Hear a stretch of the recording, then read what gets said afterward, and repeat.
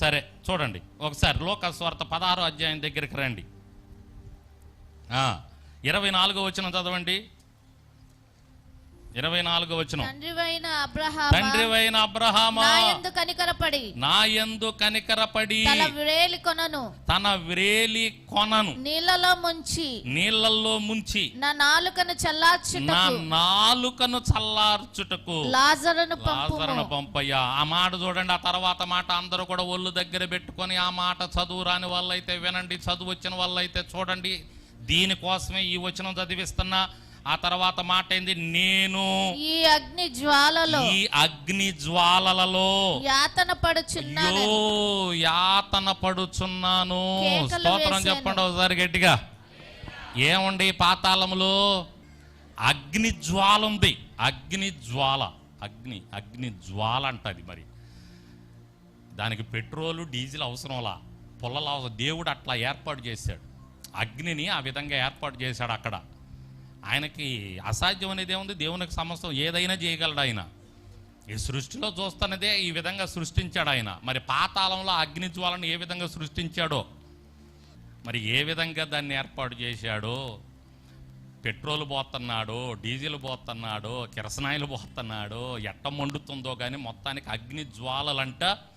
ఇక అది ఆరదంట. అగ్ని ఆరదు, పురుగు సావదు. అగ్ని ఆరదు, పురుగు సావదు. నిత్యమ నరకమనగ పూదోట కాదది అగ్నిగుండమండి. అగ్ని ఆరదు, పురుగు సావదు. అది ఆరదంట. మరి దానికి ఎట్లా ఏర్పాటు చేశాడు దేవుడు? మరి పాతాళంలో అది మండుతూనే ఉంటుంది. పాపము చేయవారిని పట్టుకుంటుంది. దెయ్యాలు కూడా దానికి భయపడుతున్నాయి. పాతాళమునకు వెళ్ళనియొద్దయ్యా అని భయపడుతున్నాయి. పాతాళములో అగ్ని జ్వాలలు ఉన్నాయి. ఇంతకంటే ఇంకా అడ్రస్ ఏం కావాలి పాతాళానికి? క్లియర్గా అర్థమైంది కదా మీకు అడ్రస్. పాతాళానికి వెళ్తానన్న వాళ్ళు ఒకసారి చెయ్యొత్తండి. అమ్మయ్యా, మీకు బాగా అర్థమైంది. ఇప్పుడు నెక్స్ట్ దానికి వద్దాం, పరముకొద్దాం.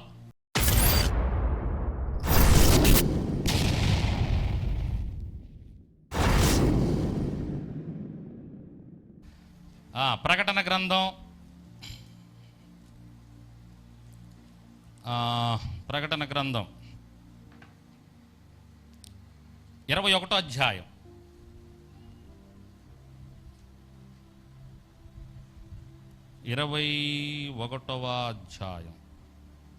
12వ వచనం 11వ వచనం దగ్గర నుంచి చదవండి. దాని యందలి వెలుగు. దేని యందలంటే పరము అందలి వెలుగు. దగదగ మెరియు సూర్యకాంతము వంటి అమూల్య రత్నమును పోలి ఉన్నది. అక్కడ పాతాళములో ఏముంటది? అగ్ని జ్వాలలు ఉంటాయి అంట. అక్కడ ఏముంటాయి? పాతాళంలో ఏముంటాయి అని చెప్పాను. అగ్ని జ్వాలలు కాలుస్తూ ఉంటాయి పాతాళంలో. రైట్. ఇప్పుడు పరములో ఏముంటదంట? దగ్గ మెరిసే అగ్ని జ్వాలలు కాదు, వెలుగుంటదంట అక్కడ. దేవునికి స్తోత్రం. ఏముంటది పరములో? వెలుగు. మనకి కాంతి ఇవ్వటానికి వెలుగు. అదేమో తగలబెట్టడానికి మన ఆత్మల్ని. అగ్ని జ్వాలలో ఇది మనకు కాంతి ఇవ్వటానికి, మన ఆత్మలకు కాంతినివ్వటానికి వెలుగుంటదంట. ఇది కూడా దగ్గ అది బగ మండుతుంటే ఇది దగ్గ వెలుగుతూ ఉంటదంట. దేవునికి స్తోత్రం. దాని యందలి వెలుగు దగ్గ మెరియు సూర్యకాంతము వంటి అమూల్య రత్నమును పోలి ఉన్నది. ఆ పట్టణమునకు, పట్టణం అంటే పరము, ఆ పరము ఎత్తైన గొప్ప ప్రాకారమును 12 గుమ్మములను ఉండెను. ఆ గుమ్మముల యొద్ద 12 దేవదూతలుండిరి. దేవదూతలు కాపలా ఉంటారంట మనకి. దేవునికి స్తోత్రం చెప్పండి. ఇలా ఇంకా కొన్ని ప్రాముఖ్యమైనవి మాత్రం చెప్తా. 21వ వచనం చదవండి. దాని 12 గుమ్మములు, 12 ముత్యములు, ఒక్కొక్క ముత్యముతో కట్టబడి ఉన్నది. మన కోసం ముత్యములతో కట్టాడంటే ఆ పట్టణాన్ని. దేవునికి స్తోత్రం చెప్పండి. దేనితో కట్టాడు ఆ పట్టణం? ముత్యములతో కట్టాడంట. ఏడెంత ముత్యం దొరికితే చాలు దాన్ని కిందకి మీదకి చూసుకుంటాం మనం. ఇంత బంగారపు ముద్ద దొరికితే చాలు దాన్ని ఎంత నెత్తిన పెట్టుకుంటాం. బంగారం అని. పరలోకములో బంగారము ముత్యములు మన కాళ్ళ కింద ఉంటాయి. దేవునికి స్తోత్రం. హల్లెలూయా.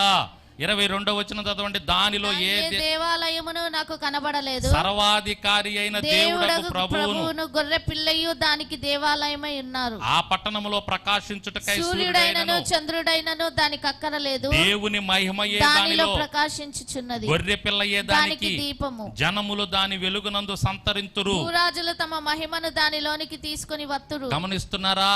అక్కడికి ఎలా గనులు సామాన్యులు వెళ్తారో పాతాళానికి, పరలోకానికి కూడా వస్తారు. అయితే నాకు తెలిసి పాతాళంలో ఎక్కువ మంది ఉంటారు, పరలోకంలో తక్కువ మంది ఉండొచ్చు. ఎందుకంటే ఇది ఇరుకు మార్గం అని చెప్పాడు కాబట్టి యేసయ్య. విశాల మార్గమేమో పాతాళానికి వెళ్ళే మార్గం, ఇరుకు మార్గమేమో పరలోకానికి వెళ్ళే మార్గం. కాబట్టి ఇందులో తక్కువ మంది వెళ్తూ ఉంటారు, చాలామంది పాతాళానికి వెళ్ళిపోతున్నారు.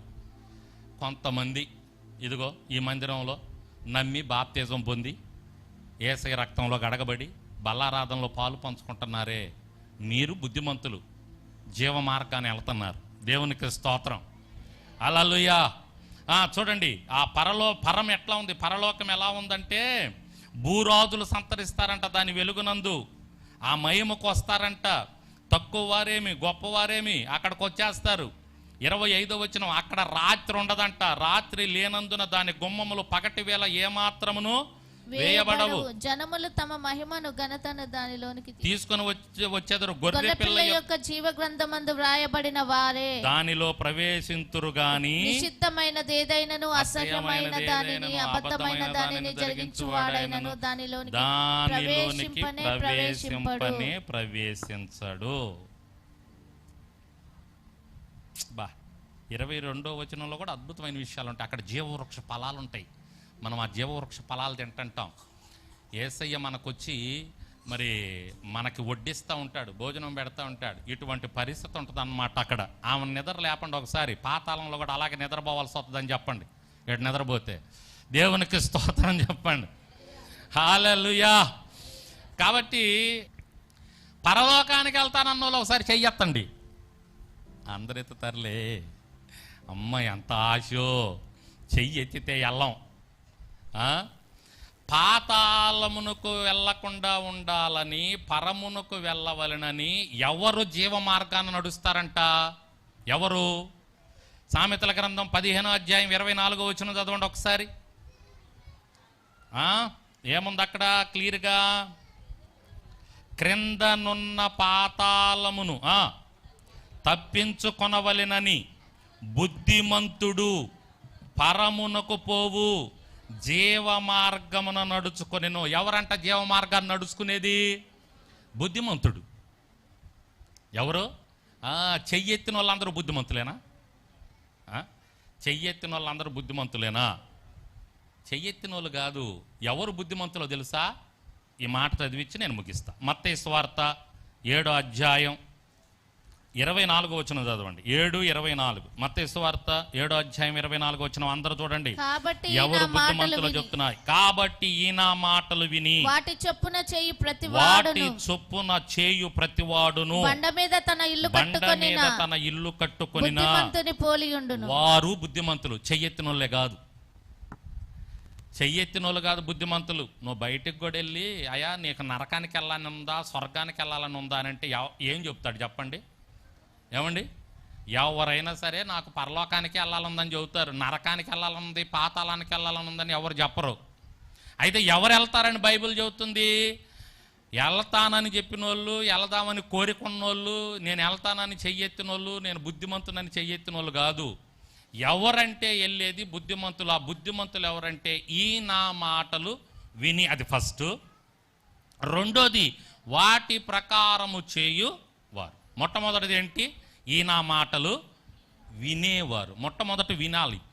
ఈ రోజుల్లో చాలామంది అసలు వినటం లేదు. ముందు అయ్యా పాతాళం అడ్రస్ ఇది, పరమ అడ్రస్ ఇది అంటే అసలు తోచేస్తున్నారు. అసలు ముందు వినటల్లా. ఆ మాటలు అంటేనే కంపరం వస్తుంది కొంతమందికి ఈ భూమి మీద. ఆ మాటలు చెప్పే వాళ్ళని కొడుతున్నారు, హింసిస్తున్నారు, బాధలు పెడుతున్నారు, త్రోసేస్తున్నారు. పేడ జల్లారంట మొన్న ఏదో ఊర్లో. ఓ పాస్టరు వాళ్ళ సంఘం ఏదో 4 మాటలు చెబుదాం ఆ ఊర్లో, కానీ ఆ ఊర్లోకి వెళ్తుంటే వాళ్ళు ఎవరో వచ్చి పేడ కలిపి పేడ జల్లారంటే వీళ్ళ మొఖాన. ఎవరు మొఖాన? ఈ మాటలు చెప్తున్నారే, వినండి అయ్యా బాబు, అసలు ముందు వినండి. చెప్పేదేనండి, పాతాళం ఇది, పరలోకం ఇది అని చెబుతున్నాం. చెప్పి రమ్మన్నాడు దేవుండు, జనులార మీతో చెప్పిపోతున్నాము మీతోను. చెప్పి రమ్మన్నాడు దేవుడు, చెప్పిపోతున్నాము మీతో అన్నట్టుగా ఆయన చెప్పమన్నాడు. వీళ్ళు చెప్పటానికి బయలుదేరారు. ఆయా ప్రాంతాల్లో ఒక్కొక్కరిని దేవుడు వాడుకుంటున్నాడు, వారిని నిలబెట్టుకుంటున్నాడు, వారిని అభిషేకిస్తున్నాడు, దేవుని మాటలు వారి నోళ్ళల్లో ఉంచుతున్నాడు, వారి చేత చెప్పేస్తున్నాడు. ఇలా వాళ్ళు చెప్పటానికి ప్రయత్నం చేస్తున్నప్పుడు పేడ కొట్టారంటండి వాళ్ళు. ఎంత భయంకరమైన విషయమో. పేడ కొట్టడం ఏందిలే, పేడ కొట్టడం చాలా చిన్నది, కర్రలతో కొడుతున్నారు. పేడ కొట్టన్నా సరే వెళ్ళి స్నానం చేస్తే కర్రలతో కొట్టి పాపం ఇబ్బంది పెడుతున్నారు. ఈ మాటలు అసలు ముందు వినట్లా. బుద్ధిమంతుడు ఎవరని చెబుతుంది బైబిలు? నెంబర్ 1, ఈ నా మాటలు వినేవారు బుద్ధిమంతులు, త్రోసేసేవారు బుద్ధిమంతులుగా. బైబిల్ పంచుతున్నారు, వింటలేదు, త్రోసేస్తున్నారు, లెక్క చేయటం లేదు. కాబట్టి ముందు వినాలి, వినేవారు బుద్ధిమంతులు. విన్న తర్వాత రెండోది ఏమంటున్నాడు? వాటి ప్రకారము చేయువాడు బండ మీద తన ఇల్లు కట్టుకొనిన బుద్ధిమంతుడు. రెండోది ఏంటంటే విన్నటువంటి ఆ మాటలు ఆచరణలో పెట్టి చేసేవాళ్ళు బుద్ధిమంతులు. ఇప్పుడు బుద్ధిమంతులు ఎక్కడికి వెళ్తారు? పరమునకు వెళతారు. పరమునకు వెళతారు. అక్కడ సంతోషం, ఆనందం.